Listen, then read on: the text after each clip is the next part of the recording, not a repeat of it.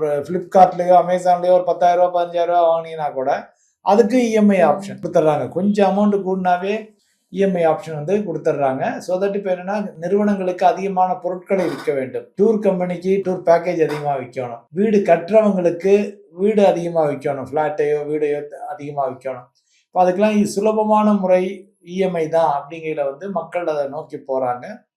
But அது என்னன்னா அதை நான் தப்பு ரைட்டுன்னு சொல்ல வரல. அவங்க வரையறைக்குள்ள அவங்கவுங்க கெப்பாசிட்டிக்குள்ள லோன் எடுத்துக்கங்க. லோன் எடுக்கிறது தப்புன்னு சொல்ல மாட்டேன். ஏன்னா நாளை மகிழ்ச்சியை நான் இன்றே அனுபவிக்க வேண்டும் அப்படிங்கிறது அந்த கான்செப்ட். தப்பு இல்லை. ஆனால் பட் வரம்புக்கு மீறி லோன் எடுத்து இஎம்ஐ அதிகமாக பே பண்ணணுமே சொல்லி சில குடும்பங்களில் வீட்டில் சாப்பாடு கூட அவ்வளோ கொஞ்சம் கஷ்டப்படுறாங்க.